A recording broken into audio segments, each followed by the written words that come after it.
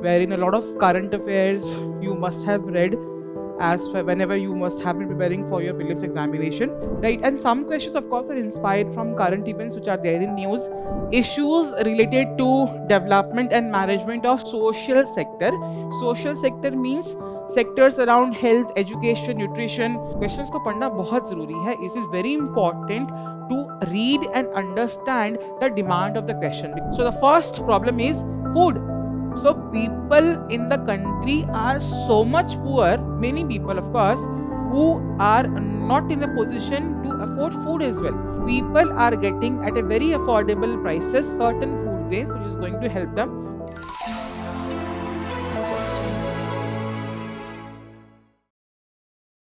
Good afternoon, everyone. So we will be discussing the previous year questions of 23 and 24 of the subject of social justice and development, right? So it is very important that, again, this is a very I would say a dynamic kind of a subject wherein a lot of current affairs you must have read whenever you must have been preparing for your prelims examination. You must have gone through a lot of government schemes specific to Uttar Pradesh or in general with respect to India. Then you must have come across a lot of current events associated around the topics. So in 2023, I'm assuming there were around 2 questions from the topic of social justice and development. And in 24, we have seen, I think 5 questions has been asked. So again, on an average, you can expect 3 to 4 questions from the topic. And again, depending upon the marks, most of the questions were of 12 marker. So somewhere around, let's say 50 to 60 marks is there from this particular subject. So now the subject is very easy to listen to, right? But the problem starts that, again, once we receive a question, once we look at a question, and then we start to answer down the question, because the question answer requires a lot of substantiation of the points through examples, through facts, and through figures, right? So all of these facts, figures, everything we have already read. It is nothing something which we are going to read as of new. So we have done this for our prelims examination. Now we are going to use all those content which we have already read in the answer writing task. So that is very important as far as social justice and developmental parameters are concerned.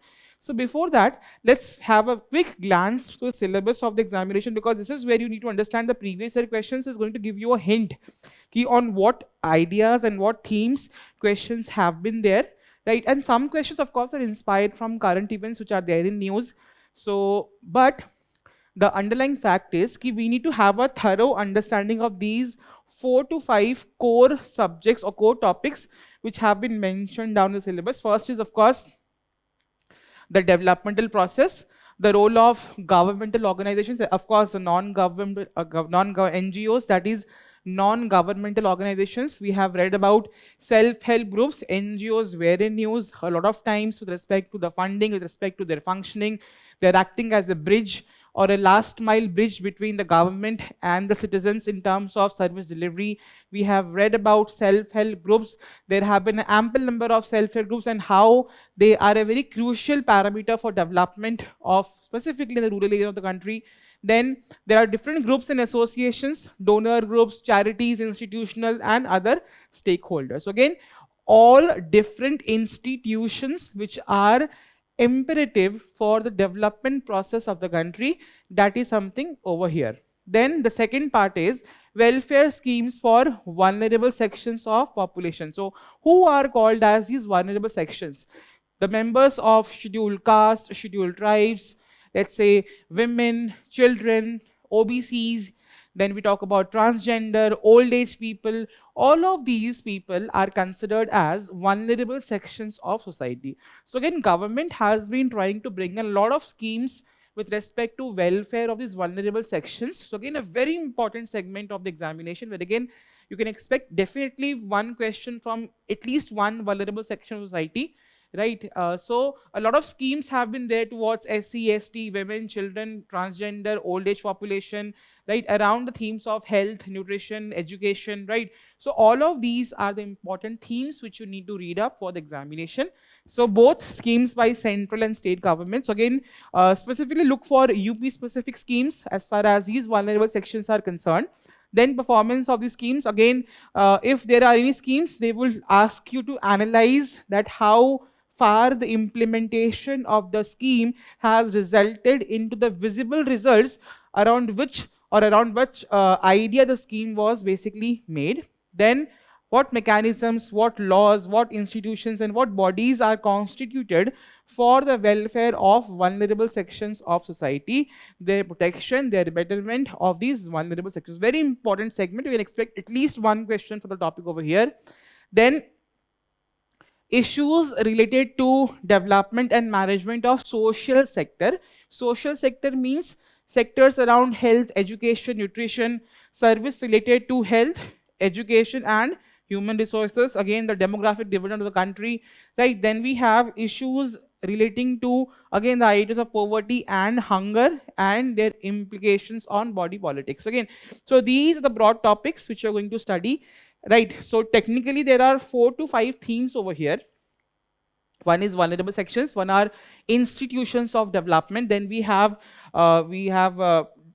development around topics of health, education, nutrition, poverty, hunger, its implications. So all of these are important themes which you're going to read. So let's look at how questions have been asked. I'll give you the analysis part, that again how important it is to analyze previous year questions paper, which give you a hint that again which topics are important for the examination. Look at the question over here. In 23 we had this question: write analytical note on self-help groups composition and their functions. So again, the topic here is self-help groups, how exactly they are composed, what are their functions. In the same 2024 year, same topic, what is the role of self-help groups in rural development? So how these groups are important for development of rural areas, that is something you're going to answer here. So again, a single topic around the topic, again functions is going to be almost similar to how they are leading to development in rural areas, right? So again, this is an important topic of your syllabus wherein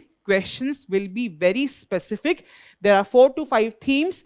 If you prepare these themes in a very comprehensive manner, you can easily write down answers of these 4 to 5 questions, which is going to fetch you around 50 to 60 marks very easily, right? So make sure, again, in every paper, of course, there are some segments in which the questions will be very defined, right? So this is how you need to very strategically prepare for paper number 2. Clear? So we are going to cover all the questions which are discussed over here. Let's start with the very first question. Write an analytical note, maybe analysis of self-help groups. Number 1, क्या क्या लिखना है हमें? Number 1 is the composition, how they are composed, and number 2, their functions, right? So if it is an 8-marker question, so again you can expect 4 or 2 to 3 marks over here, and functions will comprise of approximately 5 marks. So that's how you can going to give the weightage in the answer part as well.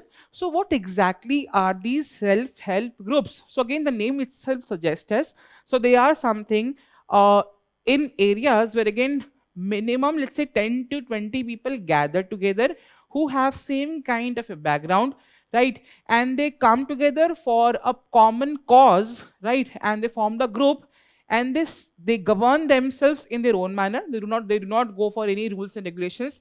They have a very democratic way of functioning, right? And that's how they take up a lot of social causes, economic causes in the area where again these groups are created. For example, let's say you understand, let's say in rural areas 10 to 20 women have gathered. They have, and for a common cause, what? Ki let's save some money, because there's a bank penetration in rural areas is less. People are less aware, and specifically the rural women are less penetrated in the formal banking system.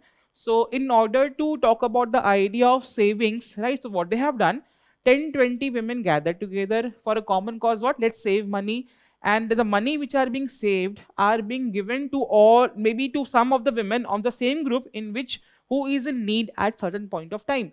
That's how they are doing it. So self-help groups are basically groups which are formed of at least 10 to 20 members for a common cause, and they work in a very democratic manner.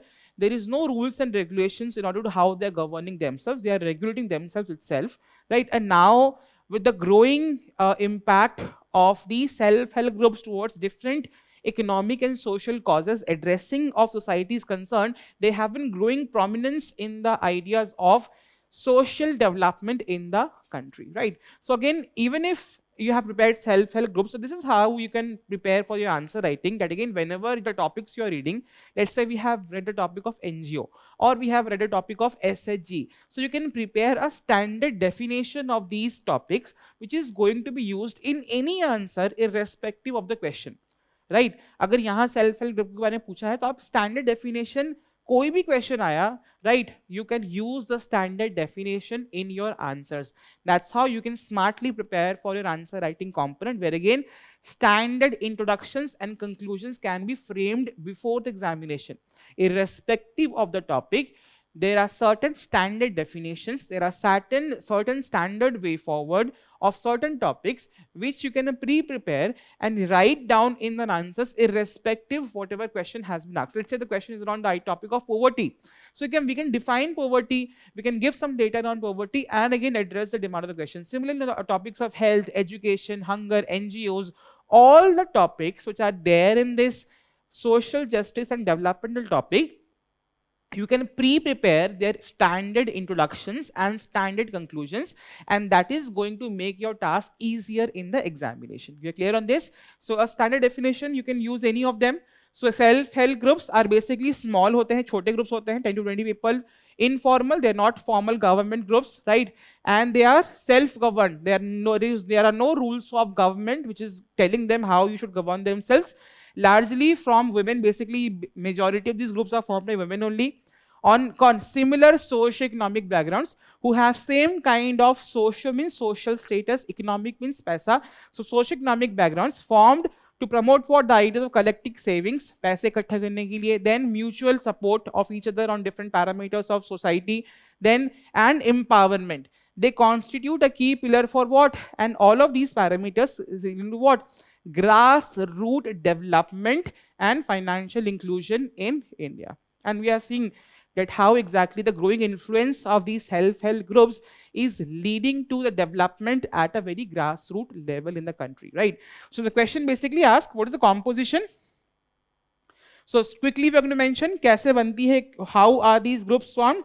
So composition means there are basically homogeneous members, people having same socio-economic background. So एक similar group of people मिलते हैं, that is how they are formed. Number one, having same income level, occupation or social backgrounds, ensuring what? Mutual trust and peer accountability. So again, there is no government rules and regulations.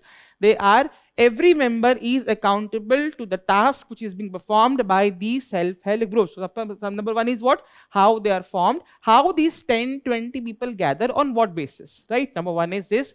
Number two is how are they functioning? So again, they are functioning in a very democratic manner, as in ऐसा नहीं कि there will be one leader of the self-help group and again he will be deciding everything about the group. No, every member will have an equal say in the functioning of that particular self-help groups, and the working is in a participatory manner. Everyone participates in the decision-making process, and that's how this group is going to function. So decisions are taken through collective consensus with rotational leadership. Again, the president, secretary and treasurer. ऐसा नहीं है कि one time if some person becomes a leader, so he is going to be leader for the entire duration of the working of that particular group. No, it is on a rotational basis to ensure every member is participating in the developmental process. Then we have, there is no government rules and regulations which is going to tell them ki what are the grounds in which you are going to maintain regulation of yourself. They are self-regulating themselves with their own internal rules, regular meetings and transparent record keeping without any formal registration. So number one part is concerned, we have discussed the composition.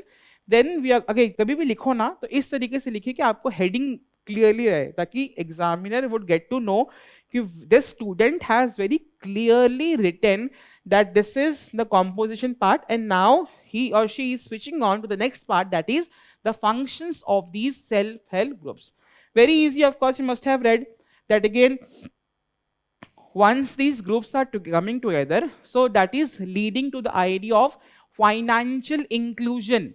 How they're doing that? And again, they are promoting the idea of regularly saving money together, right?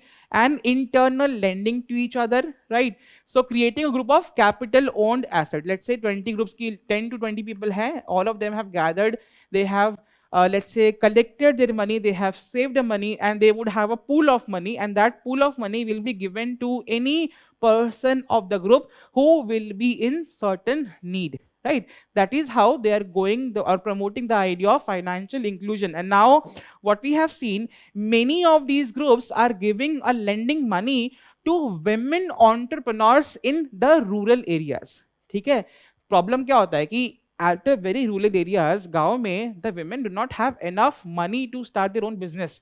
Though they have a lot of talent, a lot of products which could be used as a successful business model, but they lack money.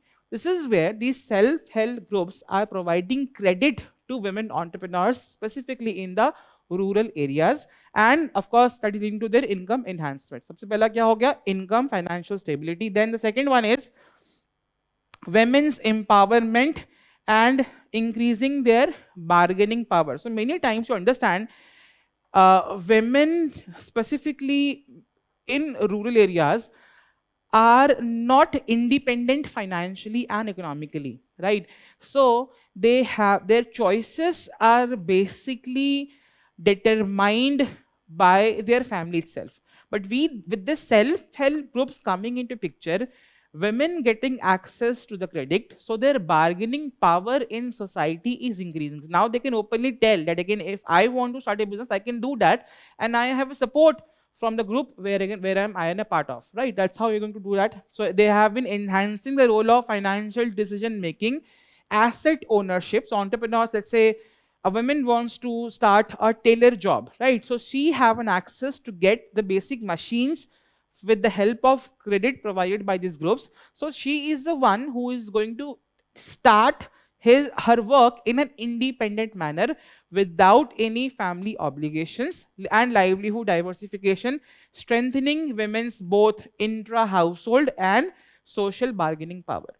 Then we have economic development and livelihood generation, right? So again, all of these self-help groups are again promoting, they are not just collecting money, they are again they're working for various social causes, they're empowering the women, they're telling women their capabilities, they're telling the women that how you can become economically independent by providing them access to credit, by providing them the ideas in which they can do or start the entrepreneurship business, how they can enhance their economic capabilities. All of these services are also provided by these self-help groups, specifically in the areas of rural employment, and not just only let's say restricting themselves to traditional way of doing certain things, but also talking about many other activities in which women can venture into in rural areas.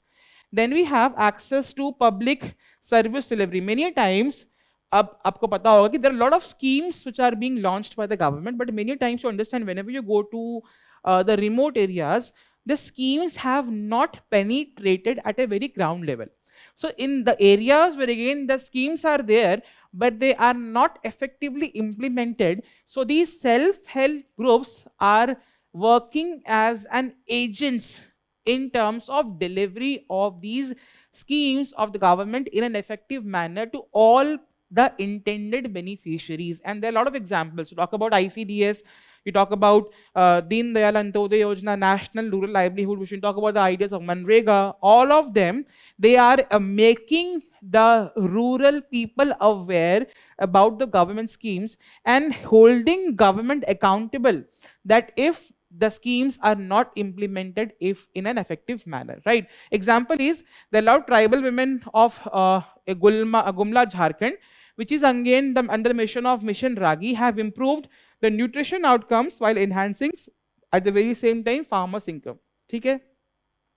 Then we have poverty alleviation and social mobility. Many times to understand, the women are there or trapped in the whole cycle, vicious cycle of poverty, and they're not able to uplift themselves.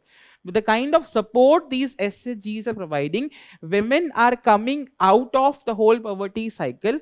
They are mobilizing their position in society. Let's say आपका एक status defined हो गया है because on the basis of your income level, but with the kind of support these SHGs are providing, women are now able to mobilize their position up in the society, and again they're coming out of poverty. There's data also that again, according to SBI report, 65% of rural SHG members have moved upward in relative income levels, indicating their role in the whole idea of what?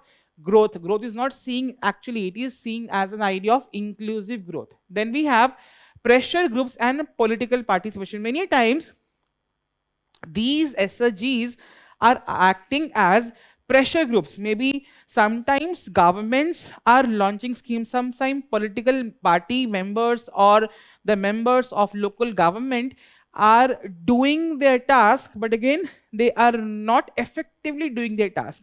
And this is where these groups are acting as pressure groups by, let's say, making these persons accountable to the job what they are supposed to do. So many times what they have been doing are they are acting as grassroots pressure groups, addressing issues like dowry, alcoholism, sanitation, healthcare, and influencing the whole idea of local governance. So these are the prominent 5 to 6 functions which are being performed by these self-help groups. So in conclusion, we can mention that again how important their role has become with respect to going by the idea of inclusive growth and promoting the idea of grassroots development in the rural areas. Clear? We can mention very basically that how these are very grassroots institutions that combine economic upliftment with social empowerment by fostering financial inclusion, livelihood security. Ye sab na, these are the basic parameters you can pre-prepare irrespective of the question. आप ये conclusions, ये introductions अपने answers में directly लिख सकते हैं. You need not to again think at the spot of the examination that what should I write in the conclusion. That's how you can smartly prepare for your examination. Clear? The next topic is discuss various aspects relating to the management of health services in the state of Uttar Pradesh. Again, the question specifically asks, questions को पढ़ना बहुत ज़रूरी है. It is very important to read and understand the demand of the question, because a question has to be understood, then only you can effectively write down the answer on the basis of which topic and which part the question is asking, right? So here you can ask about discuss the various aspects of relating to the idea of management of health services in the state of Uttar Pradesh, right? So again, a state specific question. So again, you must have read about a lot of schemes around the topic of health in the state of Uttar Pradesh. So आपको schemes नहीं बतानी है इसमें, आपको बताना है कि how is the government managing the whole, the question is the management, right? So this is the theme you need to address around the topic of health sector in the state of Uttar Pradesh, right? So this is where your knowledge of the healthcare system of your state comes into picture, which you must have read in the prelims examination stage, and also as in a state how exactly government is going by the idea of healthcare services, how they are managing it. That is something you need to mention. Okay? So very simple. You need to start with how the health is composed, what are the different functions, what are the different schemes which are being launched, which are being functional in your respective state, and how effectively those schemes are being managed. Then you are, आपको यहाँ खत्म नहीं करना. You also need to mention what are the challenges which these schemes are being facing, or the management of healthcare sector in the state of UP is being facing, and in the conclusion you can briefly discuss the way forward. Okay? So again, understand everything is not perfect in the country. So again, this is where even if the question is not asking you to mention the challenges, but again you can you need to mention that around these management of healthcare services, what are the challenges which the state is facing. And in the conclusion, you can briefly mention that what is a way forward, going forward, how we are going to take this whole idea of effective management of healthcare in the state of UP. Okay? So, of course, in this introduction, the topic is what healthcare management in UP. You can talk about you can give some basic data that again what is the GDP contribution, or you can mention about let's say the idea of how effectively maybe in spite of UP being the most populous state, let's say demographic density is very high, still how the state is managing its healthcare services, all any such aspect you can include in the introduction of your answer, right? So again, as I discussed in many times earlier discussions as well, there is no standard or a one way to write down the introduction, right? So ऐसे questions में यहाँ कोई definition नहीं है, यहाँ आप current affairs use कर सकते हो, यहाँ आप अपना ideas use कर सकते हो with respect to how it is a challenge to manage such a big state of UP healthcare sector, and still how government have been effectively doing it through a better management or through a good management practices. ठीक है, so example you can use that the management of health services in UP, which is India's most populous state, is a complex administrative and governance challenge. It involves addressing what high disease burden, demographic pressure है काफी ज़्यादा, there are a lot of regional disparities through a combination of institution architecture, human resources, financing and tech-driven reforms. Institution matlab you need hospitals, you need better infrastructure. Human resources, you need doctors, you need nurses, you need people who are working in these institutions. Then you need good amount of finances to provide social or healthcare benefit to the citizens of UP. And lastly, now with the growing nature of technology, you need to integrate it in respect to management of the health services which is being provided in the state. Clear? So now we're going to mention they're asking this, mention different aspects. So we're going to mention different aspects of the management of health services in the state of UP. So basic structure है कि ये तो basic India में भी है, हर state में है. We have a 3-tier structure of management of health, right? One at a primary level, second at a secondary level, and third at tertiary level. आप सबने वो movie देखी, web series देखी होगी, ग्राम चिकित्सालय. So in this Gram Chikatsalaya, so there was an idea of how the primary healthcare centers in this country, right, are institutionally present in paper but not effectively functioning with respect to providing the services.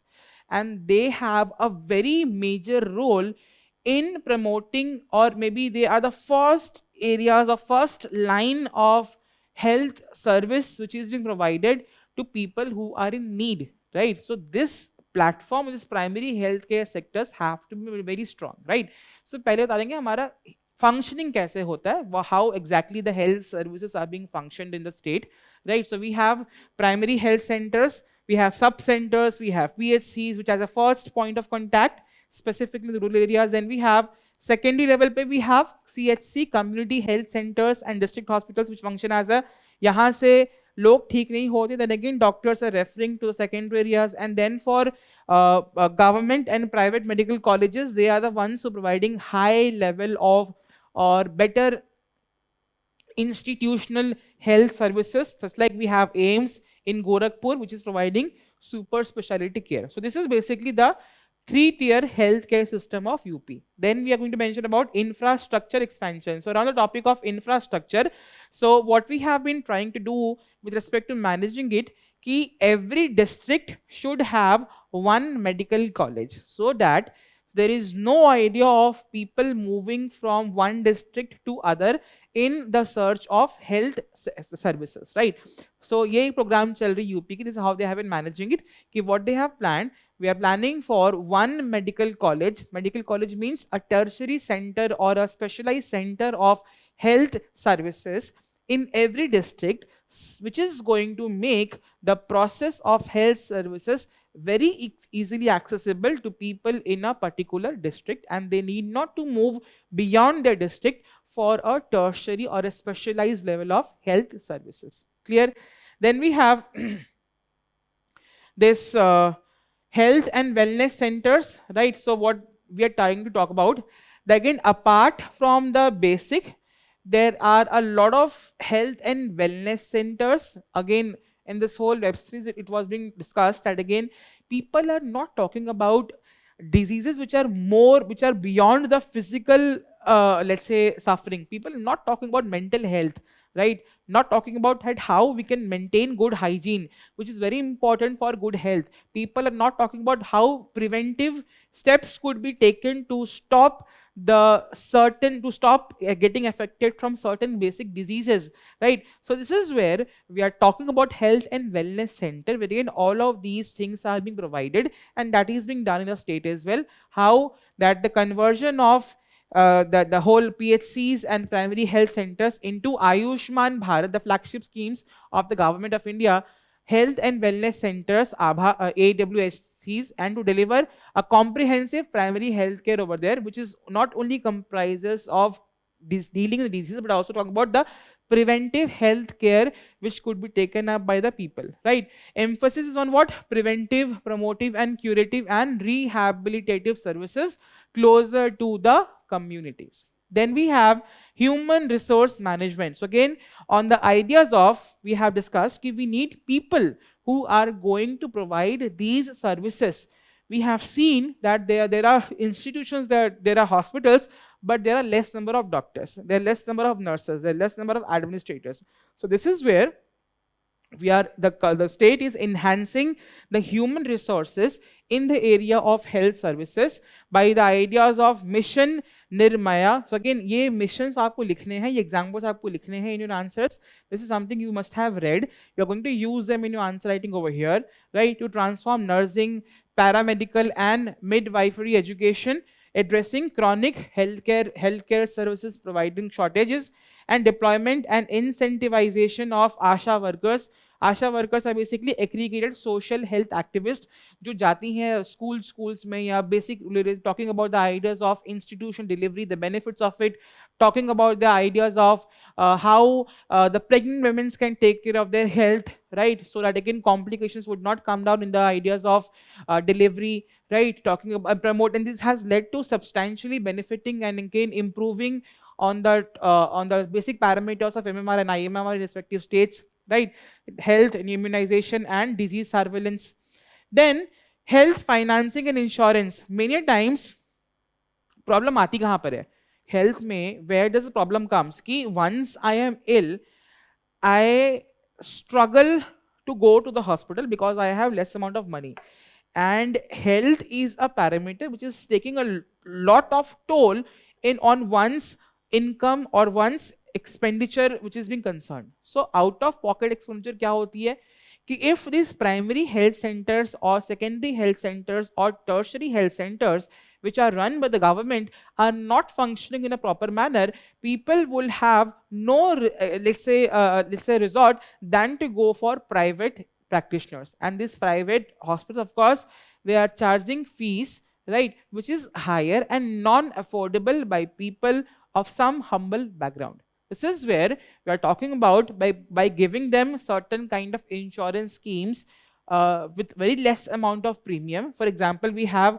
Mukhyamantri Jan Arogya Yojana, which is providing 5 lakh health cover per family in the state, which is helping what? कि आपका जब बीमारी होगा, you need not to spend from your pocket. This is insurance of 5 lakh which has been given to your family, which is going to take care of all your health expenditures in the time of your need, right?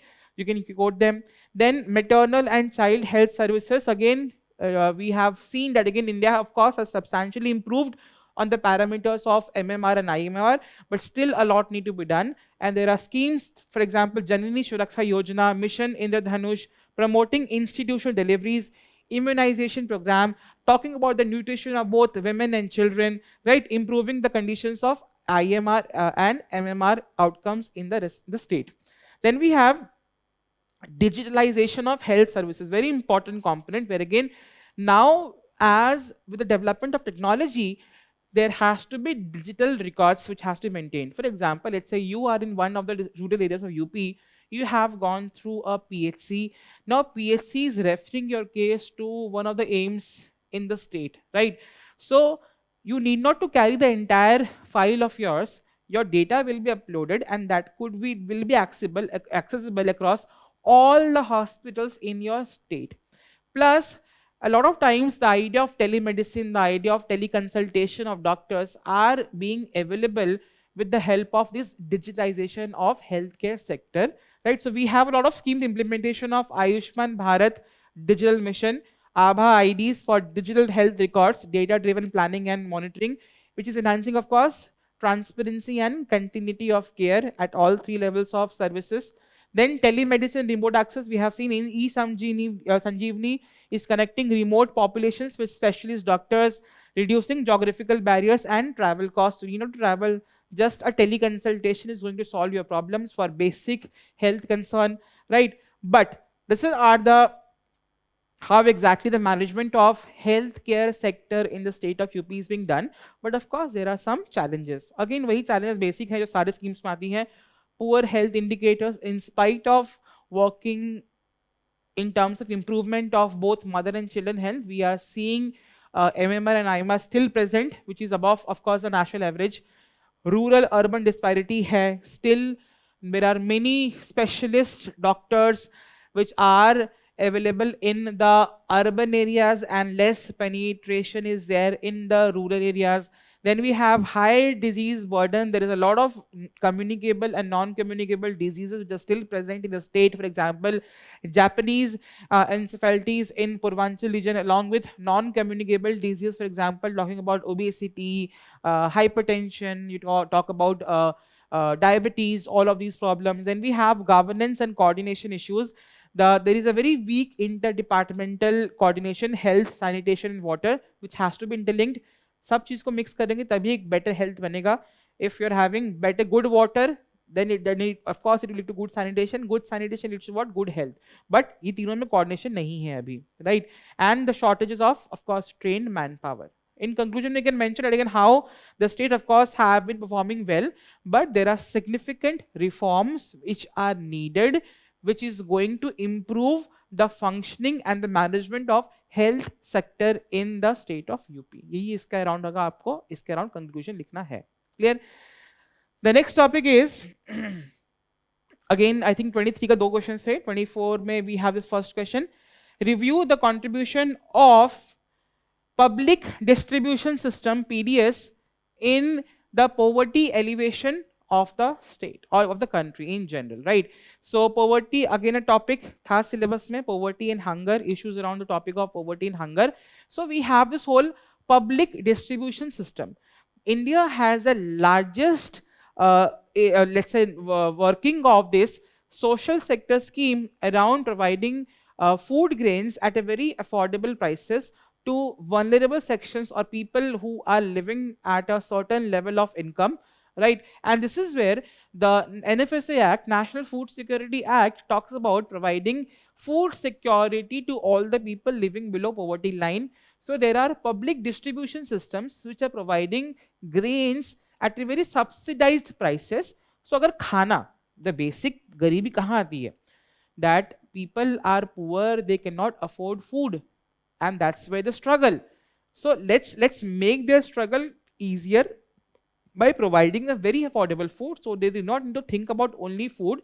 They can work on enhancing their other social parameters development rather than only struggling to get basic food services. This is where PDS ये questions पूछ रहा है आपसे कि public distribution system का क्या role है in addressing the problem of poverty in the country, right? So again we can talk about what is the meaning of PDS and how effective it is in the ideas of eliminating poverty or reducing the incidence of poverty in the country. इसी कारण को लिखना है आपको. The PDS is one of India's largest food-based social security mechanisms, which is aiming what? Affordable way में essential food grains, wheat, rice, sugar, basic products or basic food grains are provided at very affordable prices for vulnerable population society by addressing क्या क्या address कर रहा है इससे? भूखमरी नहीं होगी. Number 2, people will get at least some nutrition to their body, right? So again talking about nutrition. Then income vulnerability, people डरेंगे नहीं कि I do not have income so I cannot eat food. We are giving you social security so that your income is not going to be a parameter with respect to your food consumption, right? So then in all of these are being addressed effectively, and PDS has played a very crucial role in the ideas of poverty elevation, especially in the urban and poor households of the country, right? So again major contributions आपको लिखना है, basically है 8 marker है. How it is ensuring PDS क्या करता है? Number one sir क्या करता है? सब्सिडाइज फूड्स मिलती हैं आपको. Food grains like rice, wheat, coarse grains are provided at a very subsidized price, which is again leading to less food expenditure. कि घर का जो फैमिली इनकम है वो खाने में कम हो जाएगा, because subsidized way में government is providing them certain basic food grains. Clear? So again it is ensuring what? Minimum consumption needs, preventing extreme deprivation and due to the incidences of poverty. Number two is inflation control and price stabilization. Many times to understand we have a problem of food inflation in the country, right? So अब जब महंगाई खाने की बढ़ रही है, who are the ones who are going to be most affected? People having less income. अब पैसा कम है और अनाज का दाम बढ़ रहा है, right? So what would be the problem? People would not be in a position to afford basic food grains, and this is where this is helping in the time where again there is inflation around food grains, but this PDS are ensuring that again continuity of food grains are being provided to the people irrespective of inflation around certain food products in the country, right? So again it is acting as a counter cyclical buffer, releasing grains during shortages and protecting poor food from food price inflation, which disproportionately affect the low income people. Then we have reduction of chronic poverty and malnutrition. Sir, there are many people in the country who are living in streets, who do not have shelter. Sir तीन चीज जरूरी है society में, रोटी, कपड़ा, मकान, right? So the first problem is food. So people in the country are so much poor, many people of course, who are not in a position to afford food as well. So with this kind of public distribution system or food security schemes, the idea of chronic hunger, chronic malnutrition is being solved, wherein people are getting at a very affordable prices certain food grains, which is going to help them solve the problem. Again, the National Food Security Act has has made 5 kg food grains per person per month eligibility, which is talking about the ideas of caloric poverty, where again they are not having, people not taking enough calorie, right? So that is being ensured through this. Targeted schemes like targeted PDS, Antodaya Anna Yojana focus on poorest of the poor, improving nutritional security of people maybe who are at a very extreme poverty condition. Then we have social protection and risk mitigations. So many times these are protecting the people against extreme vulnerabilities. We are seeing sometimes floods aate hain, there are droughts, there are disasters which are affecting, but again this PDS is ensuring that the continuity of food supplies have been given to the people who are going to be greatly affected or hugely affected due to these specific disasters. We have seen an example, COVID-19 के time पे people lost their jobs, people lost a lot of their loved ones, right? And there was, everything was closed down, economy was completely maybe shattered, and in that situation as well, these PDS provided effective free additional food grains, preventing a large scale hunger crisis through what? Pradhan Mantri Garib Kalyan Anna Yojana. Then we have of course women empowerment. So इसमें कैसे PDS कर रहा है कि many times to understand women empowerment has not only be are not supposed to be done only by talking about it. We need to have some effective policies which are actually empowering women. So PDS में क्या किया है कि the head women of the family is the in charge on whose name these food security services are going to be given to the family, right? So ration cards in the name of female heads under National Food Security Act is ensuring women's bargaining power, improving intra-household food allocation, and strengthening their role in poverty reduction. Then support to farmers and rural economy. Sir, a PDS hai, we government need grain, right? And at the very same time, we are seeing what? Farmers are facing the problem of what? Income stability, right? So it is again converging two problems, where again farmers' income through minimum support price is being provided, MSPs are being given. The government is preparing certain grains through these MSPs, which are being used in these public distribution system, again providing support to farmers and the ideas rural economy, again generating rural employment through what. अब जितने भी PDF shops होते हैं वहां पर क्या होगा, storage facility चाहिए, we need transportation, fair price shops होने चाहिए, all of these again promoting the idea of economic development. Then we have reduction in multi dimensional poverty. Sir, in India, poverty is not going to be seen from only one dimension of income. There are multiple ways which we can study poverty: health, education, sanitation, nutrition, right? So this is again, this PDS system is again ensuring there is a reduction of multi-dimensional poverty index. अगर sir खाने के लिए लोगों को सोचना नहीं पड़ेगा, then people can improve their household income, people can improve, let's say, provide better education to children, right? That's how it is leading to reduction of multi-dimensional poverty in the country, right? So savings on food expenditure, जो खाना में पैसा बच रहा है, they are being used to divert income towards what? Health, education, housing, sanitation, addressing non-income dimensions of poverty. Then we have challenges. क्या है इसके? Basically sir, leakage है, diversion है, basic challenge mention करिए of course.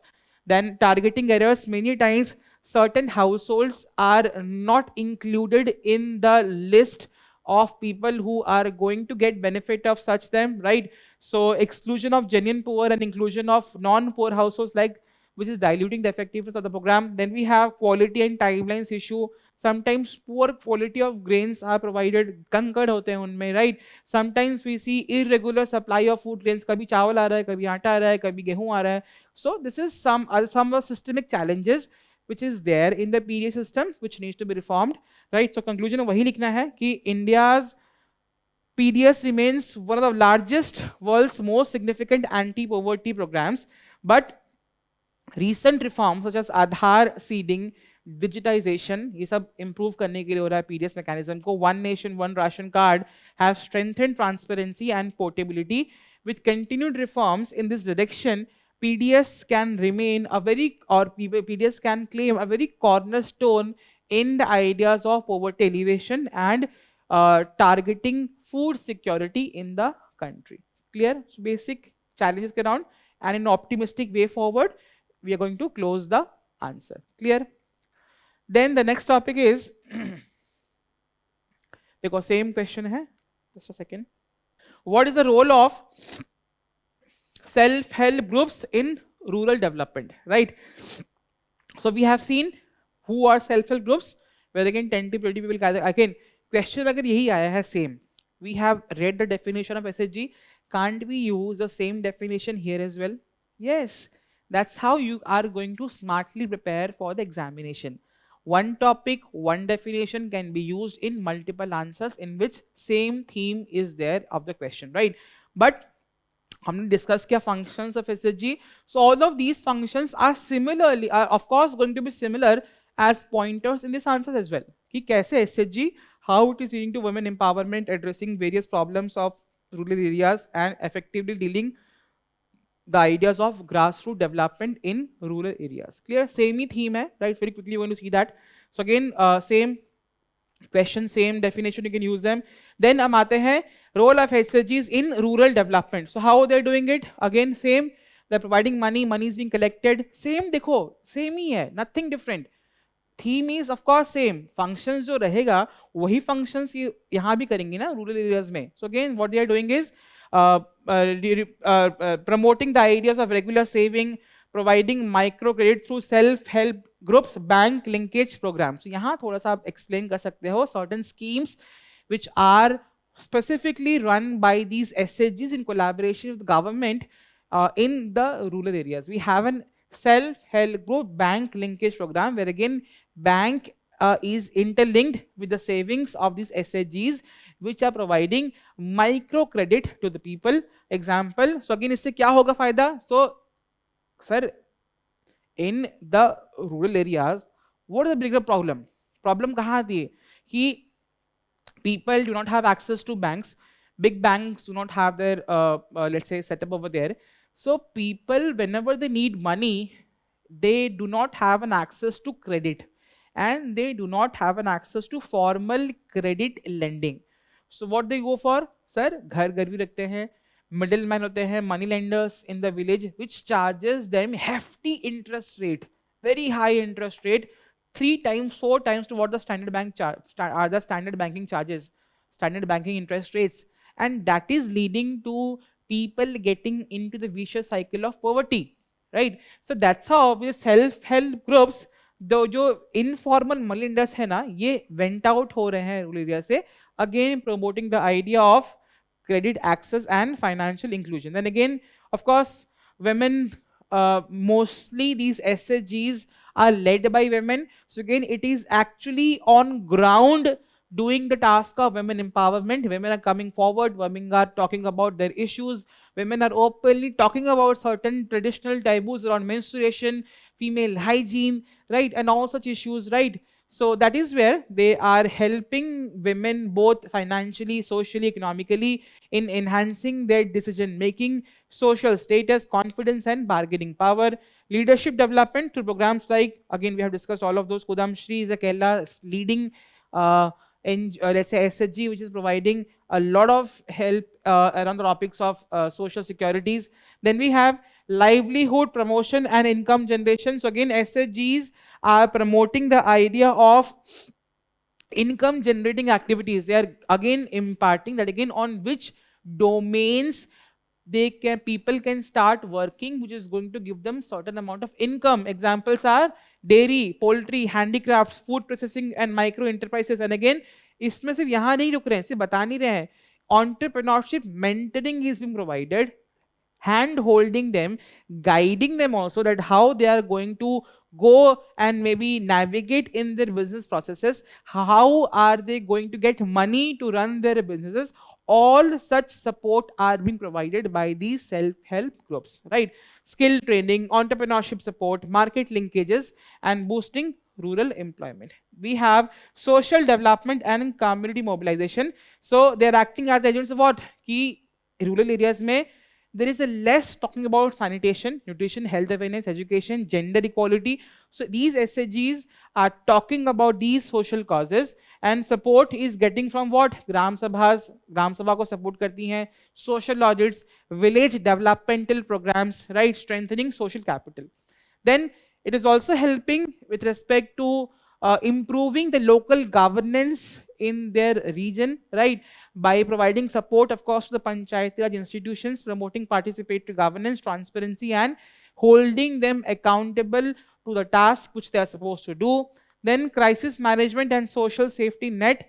Many times, whenever the area is being affected by certain disasters, certain pandemics, so these self-help groups come out and they help in maybe better transition in this whole or navigation, this whole process of crisis management. For example, SHGs have masks, provided masks in COVID, run community kitchens, enable last mile delivery of welfare schemes, enhancing community resilience. Okay? So in conclusion, we can mention again, same लिख सकते हो कि how effective they are with respect to promoting rural development. They are working at a very grassroots level and they have been very effective in the ideas of rural development in the country. You can mention SHGs have emerged as key drivers of rural transformation, combining economic empowerment, economic है, social है, democratic participation है, strengthening their institutional capacity, digital literacy, market integration. It can, ये होगा way forward कि और क्या कर सकते हैं हम, better उनको बना सकते हैं institutionally, इनकी capacity increase करके, training them digitally, market integration, right, can further accelerate inclusive and sustainable rural development with the ideas of SHGs. Clear? Then the next question is, what challenges the government is facing in implementing welfare schemes for most vulnerable sections of society? Sir, very important question. As I discussed, welfare schemes hai. Again, similar topic, welfare schemes around vulnerable sections. Who are vulnerable sections? Vulnerable sections are what? SCs, STs, OBCs, women, children, transgender, old age. So, you understand that there are a lot of schemes which are being made by the government for these vulnerable sections, but they are not effectively implemented. Or problem implementation mein bhi nahi hai. Problem is what they're asking, challenges क्या है वही बताना है हमें. What are the challenges is the government facing? सरकार क्या challenges face कर रही है कि implementation में उसका problem आ रहा है. हम schemes बना रहे हैं, schemes implement करना चाह रहे हैं, but जब implementation के दौरान what challenges government is facing towards the welfare schemes which they are making for these vulnerable sections of society. ठीक है, क्वेश्चन यही है कि सरकार क्या चैलेंज फेस कर रही है. ठीक है, so we can define who are these vulnerable sections and how important is welfare schemes for them in the introduction of your answers. You can mention about India operates one of the world's most extensive social protection architectures covering food, क्या क्या देती है services, food security, health, pensions, education, housing, livelihoods. However, despite the wide coverage, there are the most vulnerable sections, including what? Poor, SC, STs, minorities, migrants, women, children, elderly, PWD people. They continues face significant barriers. So these challenges limit the effectiveness of the schemes which are being run by the government. So what are the challenges which these government schemes are facing? और सरकार क्या challenge face कर रही है? Let's see one by one. So number one is we have a systemic problem. People have a mindset towards these vulnerable sections which is not changing. So even if schemes are coming out, the mindset has to change. People are having social stigma towards these vulnerable sections, and if it is not changing, then how it would lead to schemes getting effectively implemented around these vulnerable sections? So सबसे बड़ा challenge sir यही है कि लोगों का सोच around these vulnerable sections. Again, structural discrimination around what? SC, STs, women, transgender persons. We have a tinge of patriarchy. We are still seeing transgenders as a separate or a separate group of people.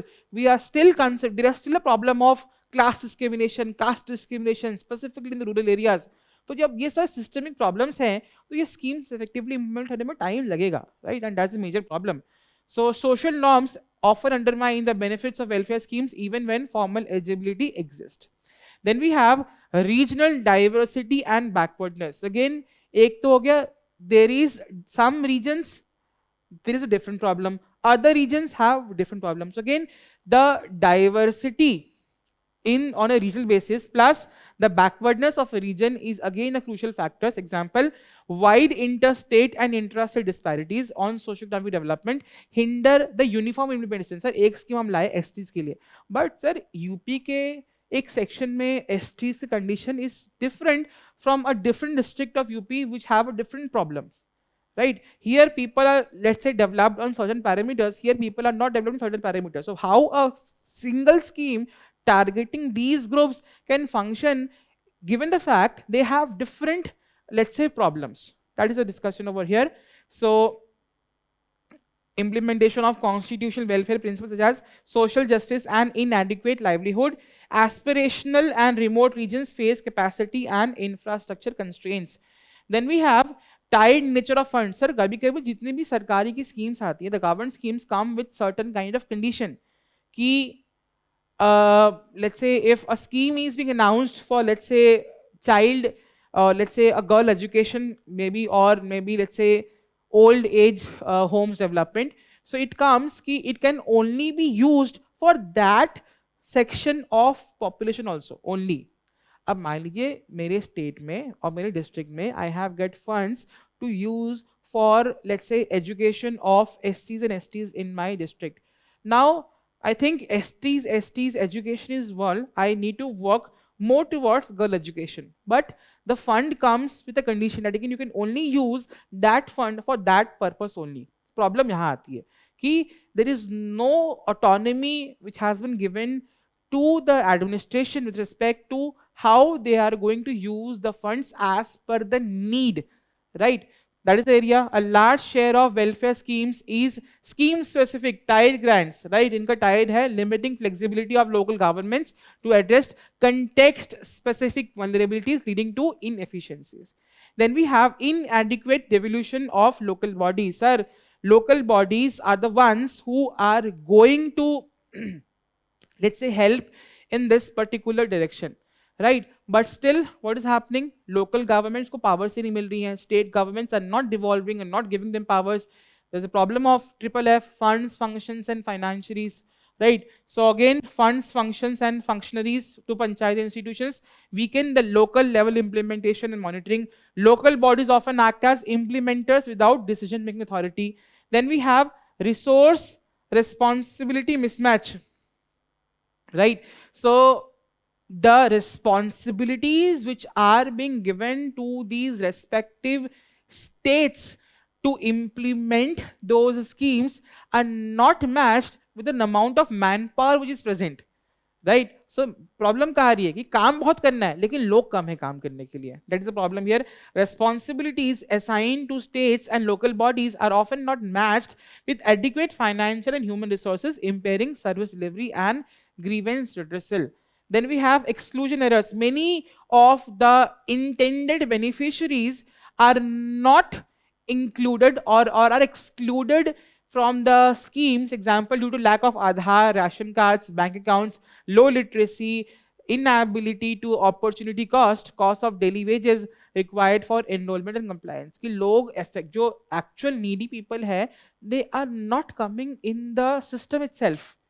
Then we have digital and authentication problem, right? So many times biometric data, right? You talk about errors, data mismatches, technical glitches, are resulting in denial of benefits to genuine beneficiaries. Such failures are major cause of payment disruption schemes like PM Kisan and pensions. So again, the problem around the topic of digital and authentication failures. So करना क्या है? Conclusion क्या है sir? Where India's welfare schemes काफी हैं. We are running a lot of welfare schemes around this particular areas. But again, the problem here is what? Effective implementation. ठीक है कि क्या सरकार चैलेंज फेस करी है कि we have a lot of schemes around them, but again the problem comes with these kind of systemic challenges what we have discussed. So again, the challenges have to be addressed first, then only we can ensure effective implementation of the schemes which are targeted towards these vulnerable sections of society. We can mention that again how targeting of let's say कि लोगों intended beneficiary को enrol करना होगा, capacity जो है human resources को कम करना होगा, governance should coordinate, inter governmental coordination should be there around different departments, digital exclusion को कम करने की बात है, social inequalities present. So addressing these requires what? Updated and dynamic beneficiary databases, genuine devolution to local bodies, flexible funding, accountability increase has to be there, region specific implementation should be there. Only then welfare schemes can effectively reach and uplift most vulnerable citizens in a sustainable. So very good question, which is the need of the hour as of now. These schemes आ रही है, पैसे खर्च हो रहे हैं, but again the people who are intended to get those benefits are not getting them.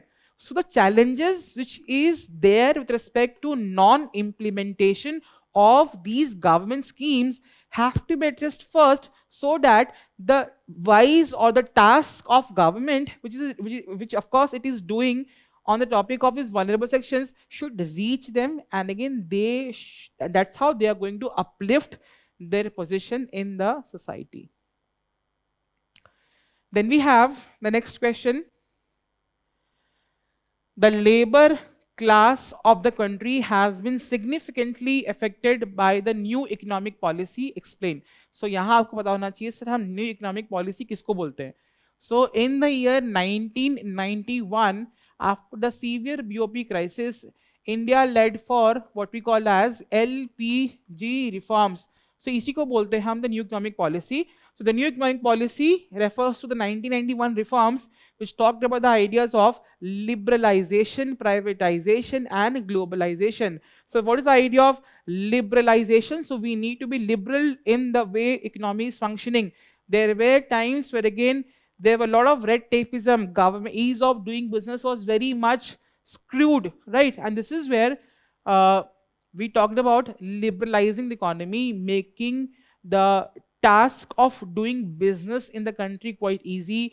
Industrial licenses, industrial clearances have to be given in easy manner.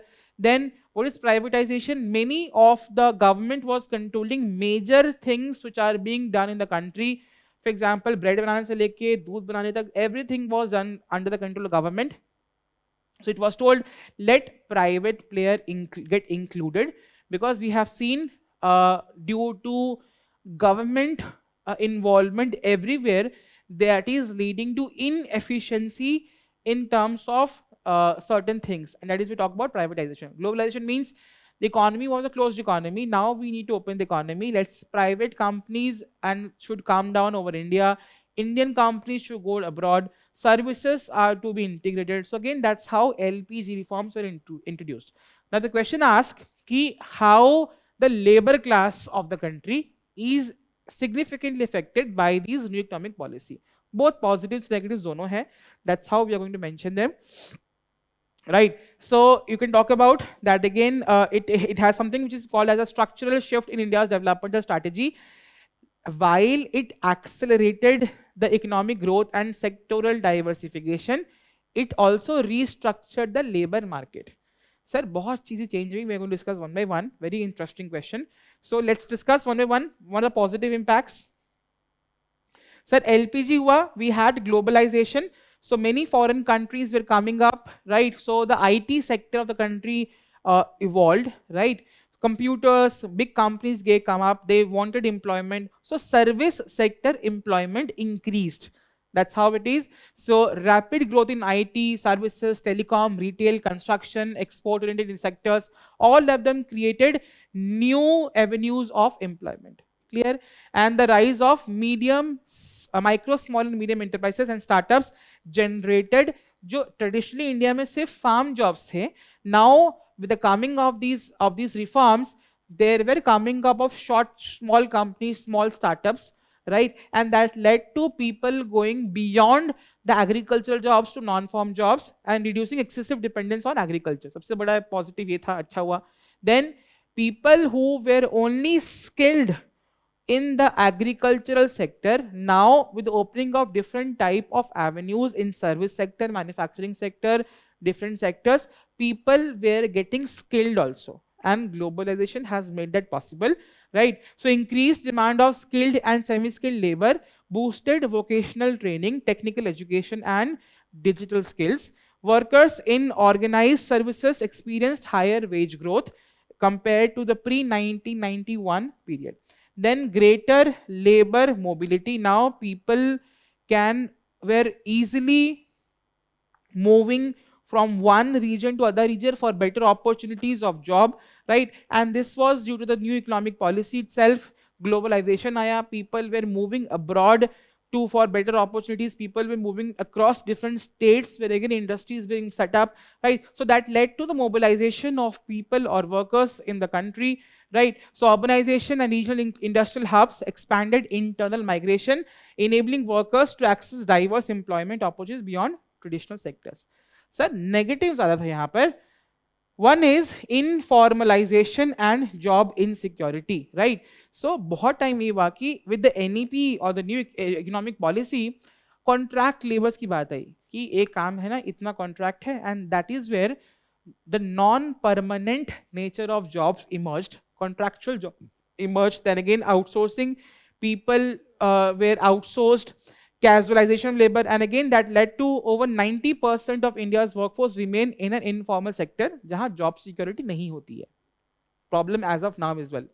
Then we have decline of organized manufacturing and employment. Sir, हमने देखा कि with this LPG reforms, we jumped from agricultural economy to service sector economy, and we did not enjoy and reap the benefits of manufacturing sector, which had a huge employment generation capabilities, and that has led to decline of manufacturing sector employment, which disinvestment, automation, corporate restructuring reduced permanent jobs in PSUs and labor intensive industries.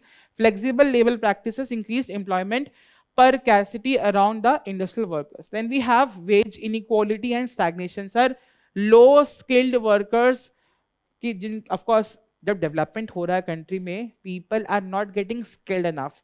So जिनके पास skills कम है, of course the demand in the market would be less, and that has led to their growth becoming very stagnant, right? And skilled workers benefited very disproportionately, but again, and that has led to what? The generation of income inequality as a concept. Then we have weakening of labor unions. So again, before this, of course, there were strong labor unions, but with this, there was a decline in unionization, reduced, and the collective bargaining power were reduced because outsourcing ho gayi thi. People could be easily, the companies could easily get laborers, right? So privatization and fragmented contractual arrangements weakened labor's negotiating power. Then rise of gig and platform economy, informal work, food deliveries, ride sharing, e-commerce. So digitization expanded gig and platform based works. Absence of social security सब यहाँ नहीं है. Labor rights, but with the new labor codes, of course, very important topic for this year. The four new labor codes which are implemented last month is a most important probable question from this year as far as the development around the social sector is concerned, in terms of providing them certain kind of social support, right? Very important topic for your examination this year, right? Then we have conclusion how this new economic policy has been very instrumental with respect to economic growth and diversification, but it has also led to informality, inequality, and insecurity in the labor market. To ensure inclusive and equitable development, India क्या करना है? Strengthen social security frameworks, regulate the gig economy, promote skill development, ensure fair wages. All of these are already there, but again, there has to be more done on this particular front in order to improve the labor market in the economy. The next question is, what is India's progress on hunger and poverty after 2014? Now they are asking specifically after 2014, how has India improved on the two fronts of poverty and hunger? Sir, simple question, आपका syllabus सही है. Issues of poverty and hunger, right? So they are asking, how has India progressed on the ideas of hunger, addressing hunger and poverty after 2014, right? So very good, you can talk about कि क्या approach है 2014 के बाद. We are going to mention that again, what changes we have seen structurally in the economy which has led to development or maybe progress in the areas of addressing hunger and poverty in the country. So since 2014, India has what? We have adopted integrated technology enabled welfare approach, where again technology aa gaya. We have integrated tech in addressing poverty and hunger, right? Focusing on targeted subsidies, last mile delivery, social protection. Assessments by Niti Aayog, the World Bank, and the UN agencies indicate substantial poverty reduction through nutrition outcomes remain mixed with persisting regional and demographic disparities. Basic है, आपको इतना ही लिखना है. Then we're going to start with what is, एक heading देना है poverty का, एक heading देना है hunger का, right? So how has we seen progress in poverty? यहाँ आता है आपका basic data and facts you need to remember, right? So very important around poverty, hunger, malnutrition, health, education, on different parameters, all important schemes and datas with your state and with respect to India, you need to have a clarity on this, because that's how these answers would have a basis to be written in your answer scripts. Example, देख सकते हैं यहाँ पर how it is going to happen. We have this decline in multi-dimensional poverty. What is multi-dimensional poverty? We have discussed it is just not income. Beyond income, there are different other parameters through which we can address poverty, health, education, sanitation, all of those are there. So in this front, what we have seen since 2014, we have done commendably well in order to address this multi-dimensional poverty index, right? And the data says, as per Niti Aayog, the multi-dimensional poverty index has nearly 248 million people exited from the index since 2014. And improvements क्यों हुआ? By driving gains in housing, sanitation, drinking water, electricity, clean cooking fuel, bank accounts, and asset ownership. ठीक है? Then we have the incidences of extreme poverty in the country has been reduced since 2014. How? As per the World Bank report, 2020 to 24 suggests that India has almost virtually eliminated extreme poverty using the 2.15 purchasing power parameter threshold. Real income support and welfare transfers have helped the smooth consumption of shocks specific in rural areas. Then India ने काफी अच्छा काम किया है with respect to social security benefits. We have discussed many of them today. PDS, all such schemes, DBT. So expansion of DBTs, PM Kisan, Manrega, wage revisions, and Ujjwala LPG subsidies has improved income security. Pradhan Mantri Jan Dhan Yojana significantly enhanced financial inclusion and credit access. Jan Dhan Jam Trinity, Jan Dhan Aadhaar mobile linkage. All of these has led to incidences of poverty getting improved in the country. Now, the second aspect is hunger. Sir, hunger and nutrition kaise kiya hai? We have discussed PDS, we have discussed NFSA. We are going to mention that the food security coverage increase kiya hai with the whole idea of NFSA. National food security act 81 crore, ये सब data आपको लिखने हैं, right? That's how you are going to validate it. आपको सिर्फ ये बोल देना कि हाँ इंप्रूव हुआ है, that is not going to end over there. You are going to substantiate your points with data, with sources, कि ये डेटा कहाँ से आया आपके पास. नीति आयोग ने बोला है ये, वर्ल्ड बैंक ने बोला है ये. That's how you are going to quote the datas. Again, in terms of numbers, you're going to be approximately writing. ऐसे exact numbers नहीं लिखने हैं, approximate numbers लिखने हैं आपको. That's how you're going to use them, right? So during COVID-19, what we have seen, PM Garib Kalyan Yojana may have provided free additional food grains, preventing a major hunger shock. Improvement in nutritional delivery system. Sir, nutrition कैसे हुआ है? Public distribution system में हमने nutrition angle को लेकर आए हैं, right? पोषण अभियान we have, mission पोषण 2.0, along with digitized Anganwadi services, strengthening early childhood and maternal care, expansion of anemia testing, the iron deficiency among women, growth monitoring, supplementary nutrition has improved service coverage in the domains of all hunger. Then we have health, nutrition synergies, right? Ayushman Bharat, Swachh Bharat mission, Jal Jeevan mission, मैंने क्या बताया आपको? Health, sanitation, water, everything has to be interlinked. तो ये interlinkage हुआ है through what? Through Ayushman Bharat scheme, Swachh Bharat scheme, Jal Jeevan mission scheme, which is improving nutrition by reducing. Sir जब अच्छा खाना खाओगे, अच्छा पानी पियोगे, so basic diseases will not happen, right? So reducing disease burden, improving sanitation, and ensuring safe drinking water. But in spite of all of these, still we are facing some challenges. We're going to mention them very briefly, and इसी के around we're going to write on the way forward. Clear? So first is slow improvement in anthropometric indicators. Again, sir, child stunting अभी भी है, child wasting अभी भी है, MMR अभी भी है, IMR अभी भी है, irrespective of how effectively we have handled the problem of poverty and hunger, right? Specifically, we have seen around women and children, the problems are persisting more. So there are regional disparities which remains pronounced. कहाँ किस states में है? In the states of Bihar, Jharkhand, Madhya Pradesh and Uttar Pradesh. Employment and income vulnerabilities. So still we have a problem of informal sector dominating the labor market. Pandemic stress is still present. Uneven wage recovery continue to affect the poor.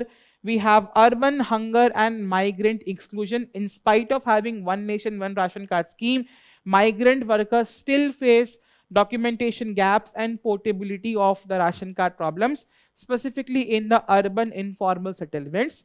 So this is how you're going to mention that although we have done commendably well in addressing poverty and hunger, there are some systemic challenges. If these challenges are met, we are going to further refine the addressing of issue of poverty and hunger in the country. यही होगा वो conclusion का दायरा. So India has achieved, of course, significant gains in poverty and reduction in food security, supported by digital governance, expanded welfare coverage, fiscal transfers. However, hunger and malnutrition remains persistent challenges, requiring greater focus on diet diversity. Suggestions हो गया, women nutrition, resilient livelihoods, region-specific strategies, and sustaining progress will depend on integrating income security, nutrition-sensitive, and human developmental policies, right? That's how you're going to very optimistically end the answer. Clear?